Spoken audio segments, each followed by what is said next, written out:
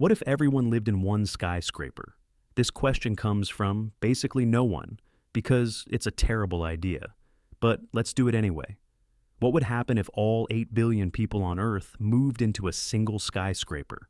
To start, let's assume we're not trying to cram everyone into an ordinary building, like the Burj Khalifa, because then the video would just end here with everyone died. Instead, we'll build a really, really big skyscraper, like a billion-story kind of big, or maybe not a billion stories. We tried that in a previous episode, and it didn't go well. This time we'll be reasonable, a building tall enough, wide enough, and strong enough to fit all of humanity, from newborns to TikTok influencers. Let's imagine our building is somewhere convenient, like the middle of the Sahara Desert, which has a lot of empty land and, crucially, no neighbors to complain about shadowing their backyard. It's also dry, which helps with structural stability. And yes, it'll be air-conditioned, because otherwise everyone would melt. Now, how big does this building need to be? If you give each person 10 square meters of personal space, which is smaller than a jail cell, but hey, real estate is expensive, you'd need 80 billion square meters of floor space. That's 80,000 square kilometers. That's bigger than Austria. We're already off to a great start. But skyscrapers have vertical limits. Stack too much weight and the bottom floors turn into pancakes, steel buckles, concrete cracks. Physics starts laughing at you. To get around this, we'll design the building as a megastructure, probably shaped like a giant cylinder or cone. Each floor will be roughly a kilometer across. We'll stack floors like pancakes, but gluten-free and earthquake-proof. To make it interesting, we'll organize the building by zones.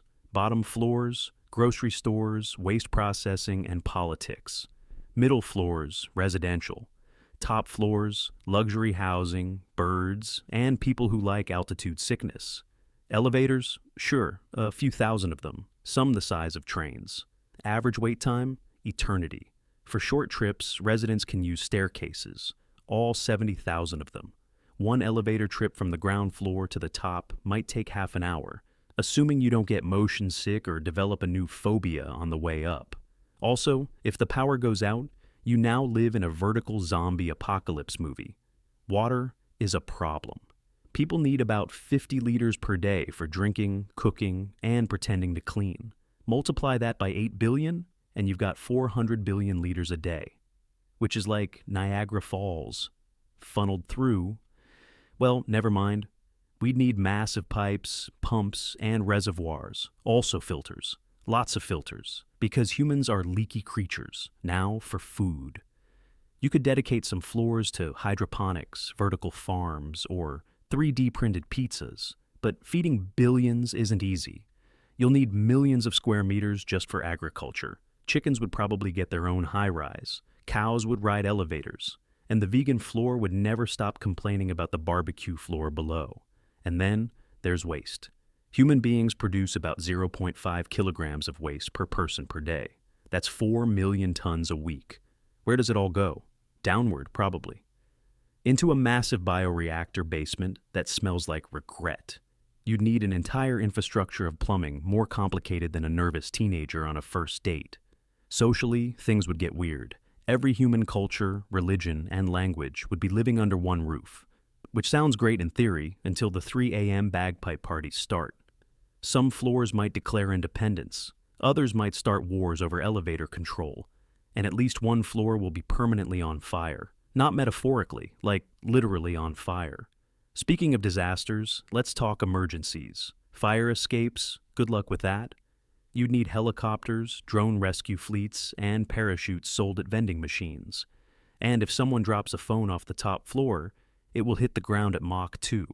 Hope you're not walking your dog when that happens.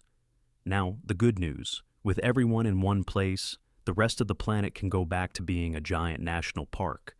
Nature could reclaim the cities. Bears could move into Starbucks. Sea turtles could finally cross roads without being turned into statistics.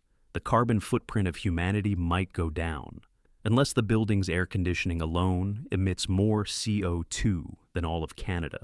Also, you'd save on travel. Want to visit Grandma?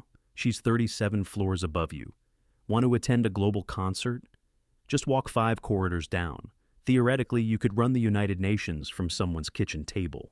But more likely, the building would collapse into pure bureaucracy within hours.